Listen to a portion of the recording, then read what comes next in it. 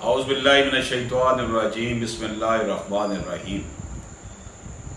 وحدت کالونی لاہور میں مبینہ زیادتی کا نشانہ بننے والی لڑکی نے میڈیکل کروانے سے انکار کر دیا، جس سے معاملہ مشکوک ہو گیا کہ لڑکی سے زیادتی ہوئی بھی ہے کہ نہیں۔ پولیس کا کہنا ہے کہ متاثرہ لڑکی ریکارڈ یافتہ ہے، کئی مقدمات میں ملزمہ اور کئی میں مدعیہ ہے۔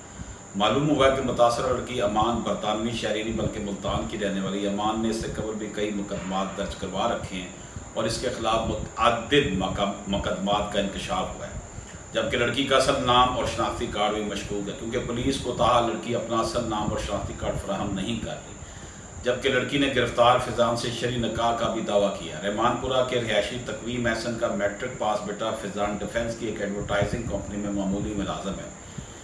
کیس کی خاتون تفتیشی آفیسر نے کہا ہے کہ لڑکی نے میڈیکل کروانے سے انکار کر دیا، جبکہ اس مقدمے میں میڈیکل بہت ضروری ہے۔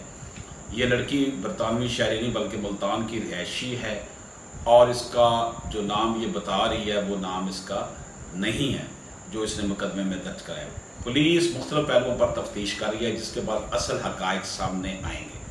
پولیس نے فیضان کو فوری گرفتار کیا اور اس نے اعتراف جرم کر لیا، تاہم فیضان نے دعویٰ کیا کہ اس نے تمام معاملہ باہمی رضامندی سے کیا، کیونکہ اس کا اس لڑکی سے شرعی نکاح ہو چکا ہے اور چند دن میں رجسٹرڈ نکاح بھی ہو جانا تھا۔ تاہم کسی بات کی ناراضی پر اس لڑکی نے میرے خلاف درخواست دے دی۔ فیضان نے بتایا کہ پولیس میڈیکل کروائی، جس سے تمام معاملہ عیاں ہو جائے گا۔ ذرائع کا یہ بھی کہنا ہے کہ متاثرہ لڑکی نے پولیس کو میڈیکل کروانے سے انکار کیا، جس پر اسے گزشتہ روز فاضل جج کے سامنے بھی پیش کیا گیا، لیکن اس نے میڈیکل کرانے سے انکار کر دیا، جس پر لڑکی کو بتایا گیا کہ درج مقدمہ دفعہ 376 تعزیزات پاکستان کے تحت دیا گیا ہے، جس کی میڈیکل کے بغیر تفتیش آگے نہیں بڑھ سکتی۔ تاہم اس کے باوجود لڑکی نے میڈیکل نہیں کروایا۔ تاہم بعض لڑکی کے وکیل نے عدالت کو بیان دیا کہ وہ عدالت میں نکاح نامہ پیش کر دیتے ہیں، جس پر عدالت نے سماعت ملتوی کر دی۔ پولیس رائے کا کہنا ہے کہ متاثرہ خاتون کا نام اور جو شناختی کارڈ موبائل نمبر اس نے پولیس کو دیا وہ غلط اور جعلی ہے،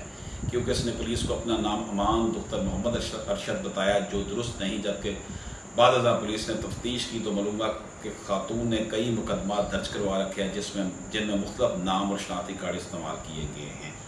پولیس نے دائرہ جو ہے تفتیش کا وہ بڑھا دیا ہے۔ یہ عجیب قسم کی سٹوری ہے جی، معاشرے میں عجیب و غریب سی صورتحال بن گئی ہے اور اس پہ میں کوئی تبصرہ نہیں کرنا چاہتا، ایز اٹ از آپ کی خدمت میں پیش کر دی جس طرح میڈیا میں رپورٹ ہو رہی ہے۔ اجازت دیجیے، اللہ حافظ۔